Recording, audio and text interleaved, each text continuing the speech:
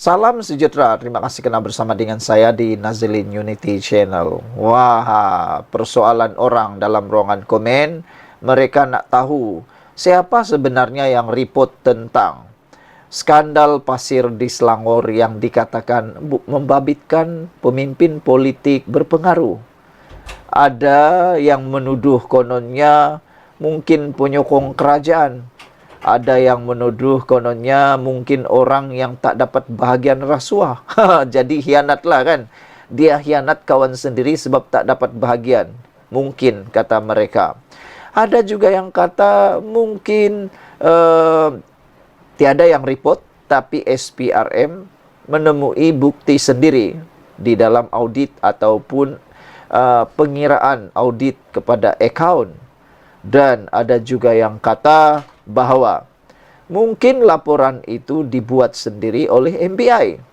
Semua itu menjadi persoalan yang besar. Tetapi rupa-rupanya kes skandal pasir di Selangor ini sudah pernah wujud sejak sekian lamanya, dan orang yang telah menjadi bell ringer, tahu bell ringer?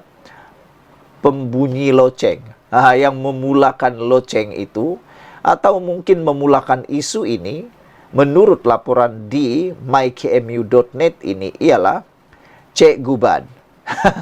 Ada netizen tulis, kata mereka, Cik Gubad rupa-rupanya bell ringer sebenar skandal pasir di Selangor. Dulu dia report. Jom dengar ulasan ini.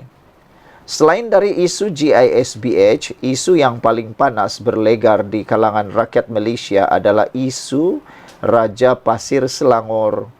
Menurut SPRM, 3 lokasi telah dikenal pasti dijadikan sebagai safe house untuk menyimpan duit tunai milik Raja Pasir Selangor hasil dari rasuah skandal pasir. Rampasan duit tunai yang telah disita oleh pihak SPRM telah menjangkau 5,5 juta ringgit.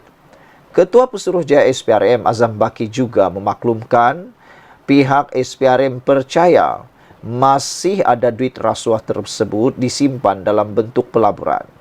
Manakala sebahagian lagi dipercayai telah disimpan di dalam beberapa akaun yang berada di dalam dan di luar negara. Pihak SPRM sedang cuba menjejaki kesemua duit tersebut yang berada di dalam dan di luar negara. Manakala Raja Pasir Selangor yang juga seorang ahli politik akan dipanggil SPRM dalam masa terdekat selepas semua bukti diperoleh. Laporan SPRM oleh Cik Gubad. Sebenarnya, skandal curi pasir Raja Pasir Selangor bukanlah sesuatu yang baru didedahkan. Ianya telah pun didedahkan oleh Badrul Hisham Syarin, atau anda lebih kenali sebagai Cik Gubad, yang merupakan ahli PPBM sekarang ini. Malah Cik Gubad sudah membuat laporan SPRM dengan menyerahkan semua dokumen berkaitan sejak tahun 2018 lagi. Jadi rupa-rupanya isu ini telah pun pernah dibuat laporan oleh Cik Gubad kepada SPRM, dan semua dokumen yang didakwa ada kaitan telah diserahkan sejak 2018. Mungkin waktu itu Cik Gubad menyerang orang yang mungkin ahli politik yang disebut-sebut, bahkan dikatakan oleh SPRM itu masih belum menjadi rakan kepada Cik Gubad. Jadi sekarang ini jangan-jangan orang yang dikatakan ahli politik oleh media sosial dan juga disahkan oleh SPRM itu adalah kini menjadi rakan Cik Gubad. Siapa tahu silap langkah. Jadi mungkinkah Cik Gubad telah tersilap langkah? Anda tulislah dalam ruangan komen. Antara dokumen yang Cik Gubad serahkan adalah dokumen perjanjian, surat tawaran, gambar berkaitan dan dokumen transaksi bank. Beliau mendakwa semua dokumen yang diserahkan kepada SPRM adalah berkaitan dengan skandal pasir Raja Pasir Selangor. Cik Gubad turut menamakan 4 individu yang dipercayai memalsukan surat kerajaan negeri, pelbagai agensi dan pihak berkuasa dalam kelulusan tender peleburan pasir. Beliau juga menggesa agar pihak SPRM segera melakukan siasatan. Tetapi ketika itu, beliau adalah musuh politik kepada Raja Pasir Selangor. Tambahan pula, Raja Pasir Selangor ketika itu adalah orang yang mempunyai kuasa di Selangor dan di Putrajaya. Jadi, mungkin ketika itu SPRM menghadapi tekanan politik hingga menyebabkan siasatan tertangguh.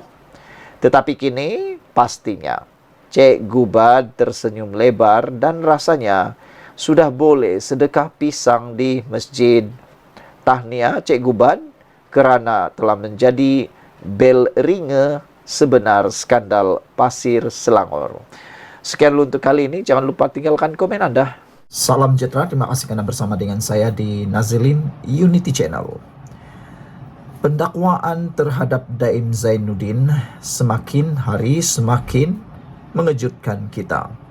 Hari ini, pihak pendakwaan menyatakan mereka mempertikaikan cuti sakit Tun Daim Zainuddin yang telah diberikan. Sebelum kita teruskan ulasan kali ini, jangan lupa tinggalkan komen Anda. Pihak pendakwaan hari ini mempersoalkan sijil cuti sakit dan ketidakhadiran Tun Daim Zainuddin ke mahkamah sejak bekas Menteri Kewangan itu didakwa atas pertuduhan gagal mengisytiharkan harta pada Januari lepas. Timbalan Pendakwa Raya Lau Chin Ho memaklumkan kepada Mahkamah Session bahawa Daim Zainuddin, 86 tahun, tidak hadir pada prosiding hari ini dan pihaknya menerima sijil cuti sakit daripada pihak pembelaan yang dikeluarkan Hospital Asunta semalam. Namun tiada sebarang alasan mengapa tertuduh dimasukkan ke hospital itu.